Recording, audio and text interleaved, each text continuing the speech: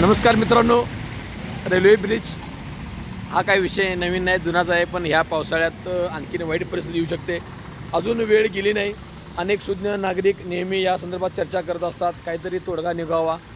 या ठिकाणी पुढचा डाम निघाला नाही, तोडगा निघेल का नाही सांगू शकत नाही. असो, या ठिकाणी नुकताच अवकाळी पावसाने हातकणंगलेला झोडपलं आहे. वादळ वाऱ्यासह आलेल्या पावसामुळं हातकणंगलेत पाणी झालं आहे आणि या निमित्ताने या ठिकाणी देखील अवकाळी पावसात थोड्याशाच काही कालावधीत पडलेल्या पावसाने या ठिकाणी परत एकदा पाणी साठलं आहे.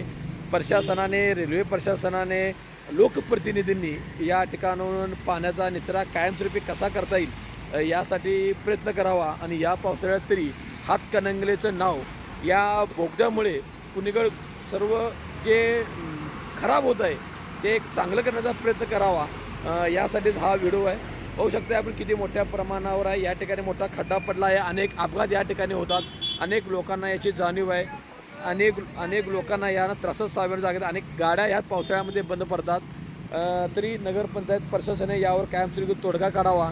तसेच रेल्वे प्रशासनाने हातकणंगले नगरपंचायतीवर कारवाई का करू नये असे देखील काही नागरिक म्हणतात. कारण थेट वड्यामध्ये ही हातकणंगले नगरपंचायत गटरीचं पाणी सोडत आहे. यावर देखील काहीतरी कारवाई होणं गरजेचं आहे. तरी रेल्वे प्रशासन, हातकणंगले नगरपंचायत यांनी मध्यस्थी करून सामंजस्यपणाने या ठिकाणी या पावसाळ्यात पाणी साठू नये यासाठी हा प्रयत्न आहे. धन्यवाद.